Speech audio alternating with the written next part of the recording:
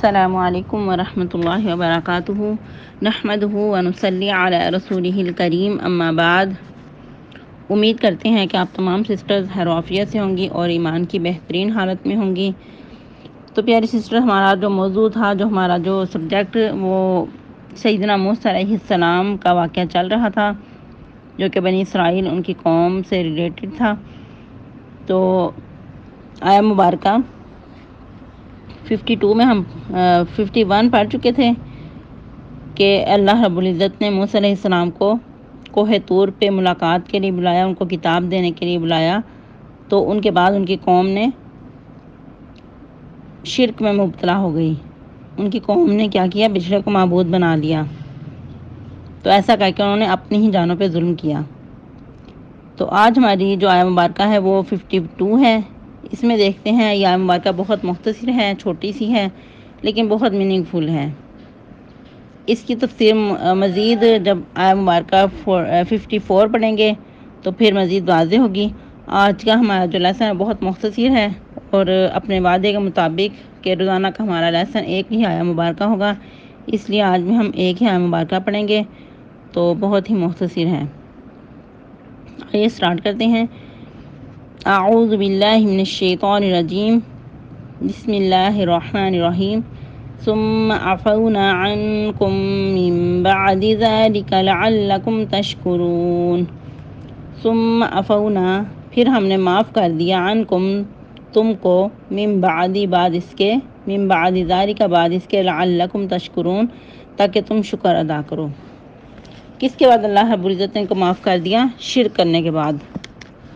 ایسا کہ انہوں نے بچھڑے کو معبود بنایا تھا، ان سے شرک ہو گیا تھا، تو اللہ رب العزت نے ان پہ ایک اور احسان کیا۔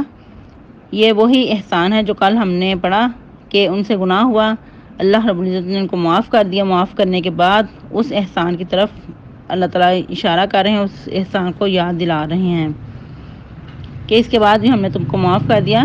معاف کرنے کا مقصد کیا تھا؟ تاکہ تم یہ نعمت پا کر شکر ادا کرو۔ کسی کے توبہ قبول ہو جانا بھی بہت بڑا احسان ہے، بہت بڑی نعمت ہے۔ جیسا کہ اللہ رب العزت اپنے پیارے نبی صلی اللہ علیہ وسلم کو جب معراج پہ تشریف فرما ہوئے، جب معراج کی سیر کروائی، آسمان دنیا کی سیر کروائی، ساتوں آسمانوں کی سیر کروائی، تو اس وقت جو نبی صلی اللہ علیہ وسلم کو تحفے تحائف عنایت کیے گئے وہ 5 نمازیں تھیں، اور اس کے علاوہ توبہ کا تحفہ تھا کہ تمہاری امت میں سے کسی سے بھی بہت بڑا بھی گناہ ہو جائے، بڑے سے بڑا گناہ بھی ہو جائے، یہاں تک کہ شرک بھی ہو جائے، تو وہ بھی انسان کو اگر سچے دل سے معافی مانگتا ہے اپنی زندگی میں تو اللہ رب العزت معاف کر دیں گے۔ لیکن ادھر جو ان کی معافی تھی، وہ ان کا جو توبہ کا طریقہ تھا ان کو بتایا گیا تھا، اس کے بعد ان کی توبہ قبول کی گئی تھی۔ وہ انشاءاللہ نیکسٹ آیہ مبارکہ 54 میں پڑھیں گے۔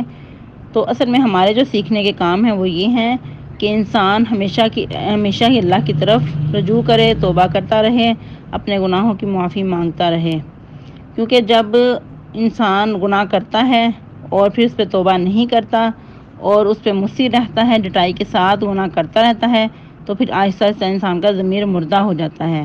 پھر انسان کا جو ضمیر ہے وہ اس کو بھلائی کی طرف نہیں راغب کرتا، بلکہ سو جاتا ہے، مردہ ہو جاتا ہے۔ پھر چاہے انسان کوئی بھی گناہ کر لے تو انسان کو جھجک بھی نہیں فیل ہوتی، وہ شرمندہ بھی نہیں ہوتا۔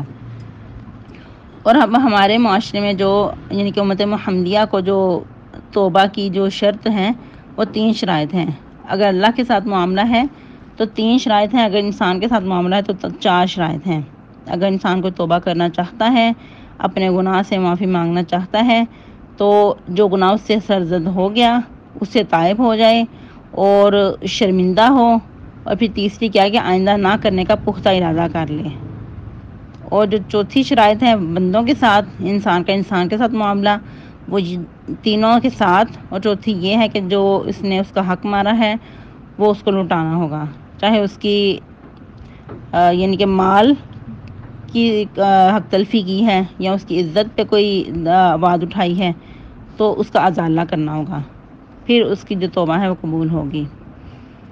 تو آج ہم لوگوں پہ جو مصیبت، جو آزمائش کا ہم سامنا کر رہے ہیں، جس آزمائش سے ہم گزر رہے ہیں، وہ یہی نظر آ رہا ہے کہ جب گناہوں کی کثرت ہو جاتی ہے، پھر اللہ رب العزت کی طرف سے جب آزمائش آتی ہے، جب زوال آتا ہے، تو پھر کیا ہے، پوری قوم کو لپیٹ میں لے لیتا ہے۔ اب ہم یہ نہ سمجھیں کہ ان لوگوں پہ مصیبت آئی ہے اور ہم تو بہت نیک ہیں، بہت پارسا ہیں۔ انسان کو یہ یاد رکھنا چاہیے کہ گناہوں کے بعد جب گناہوں کا انبار لگ جاتا ہے، گناہوں کی اخیر ہو جاتی ہے، تو پھر جب عذاب آتا ہے تو سارے ہی اس کے لپیٹ میں آ جاتے ہیں۔ اب ان پہ جو مصیبت نازل ہو رہی ہے، جو مصیبت ان پہ آئی ہے، تو اس کا وبال ہم لوگوں پہ بھی آ رہا ہے۔ اب دیکھیں کہ خوراک کی قلت، جب فصلیں تباہ ہو گئیں تو اس کے بعد ہم کیا سمجھیں گے کہ جو مہنگائی ہے وہ مزید عروج پہ نہیں جائے گی۔ پہلے ہی ہم لوگ مہنگائی کا رونا رو رہے ہیں، کہیں بے روزگاری کا رونا رو رہے ہیں، تو اس میں مزید اضافہ ہوتا نظر آ رہا ہے۔ تو اب ہمارے جو کرنے کے کام ہیں وہ یہی ہیں کہ اپنے گناہوں سے تائب ہوں، سچے دل سے گناہوں کی توبہ کریں، اور جو ہم سے ماضی میں گناہ ہو چکے ہیں ان کو یاد کر کے اللہ کے حضور توبہ استغفار کریں، اور آئندہ گناہوں سے بچنے کی اللہ سے توفیق مانگیں، اور کثرت سے توبہ استغفار بھی کریں۔ جیسا کہ قرآن مجید میں ایک اور مقام پہ بھی آتا ہے کہ اللہ رب العزت فرماتے ہیں کہ جب تک توبہ استغفار اور میرے پیارے نبی رہتے ہیں اس وقت میں عذاب ٹالے رکھتا ہوں۔ لیکن اب ہمارے درمیان نبی صلی اللہ علیہ وسلم بھی موجود نہیں ہیں، اور گناہوں کی کثرت ہے اور استغفار کی بھی کمی ہے، تو پھر جو حالات ہیں ہم سب کے سامنے ہیں۔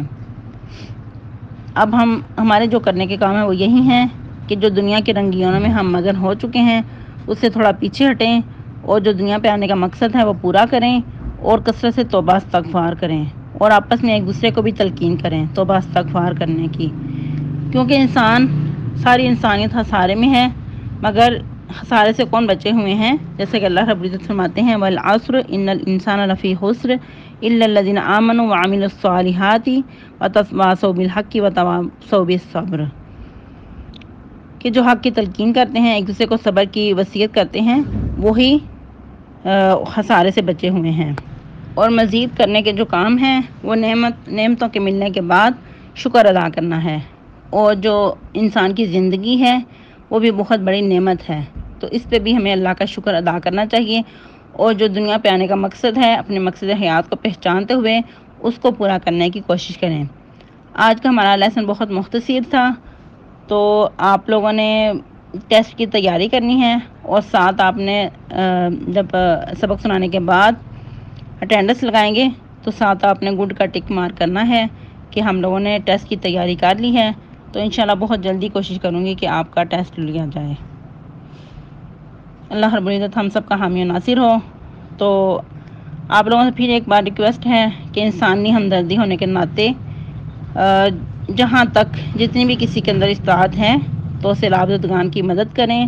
انشاءاللہ اللہ رب العزت یہ آپ کا دیا ہوا ضائع نہیں کریں گے، کوئی جتنی بھی کوشش کرے گا انشاءاللہ اس کے لیے اتنا ہی اجر عظیم ہے۔ والسلام علیکم ورحمۃ اللہ۔